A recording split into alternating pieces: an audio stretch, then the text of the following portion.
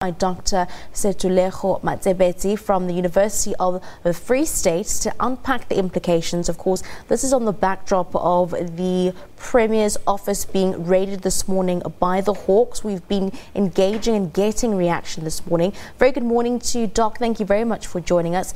Essentially, what is your immediate reaction?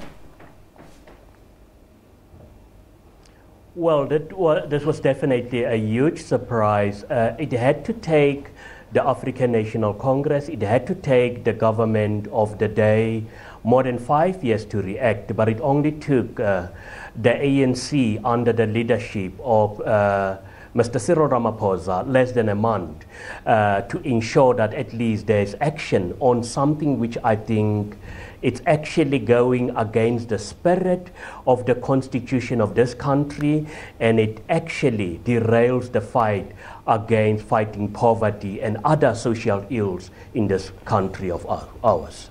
Now, just upon the election of the top six, the ANC was calling for unity, was calling for a fight against corruption, calling for a fight against fraud and state capture going forward. Essentially, what does this now mean internally for that fight that the ANC is having, as one of their members of the top six is involved in such a saga?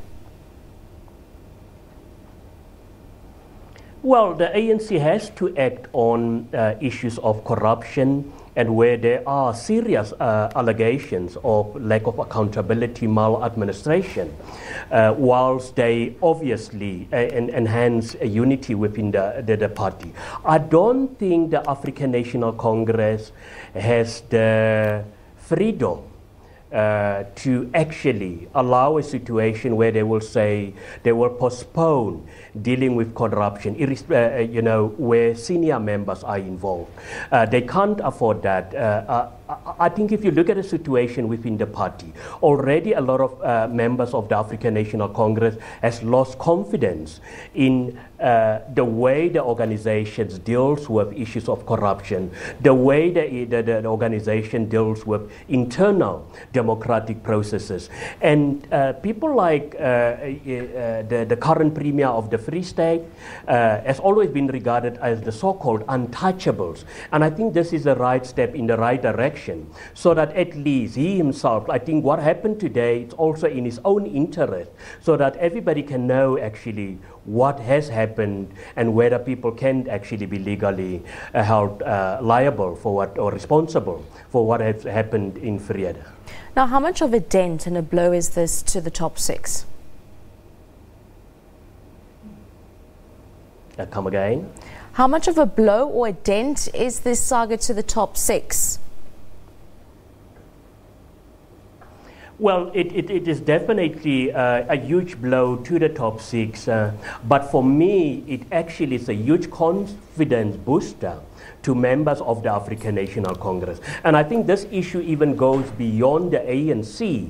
It is a huge blow to that ANC top six, because now they need to deal with that. But we should also be very cautious. Nobody has been found guilty yet. But at the end of the day, I think this is a strategic move by the ANC. For the very first time, after less than a month, the ANC is actually acting on some of the resolutions that I've taken. The problem with the ANC is that it is extremely good in coming up with policies and strategies, but at the end of the day, they do not act on the decisions that I've taken.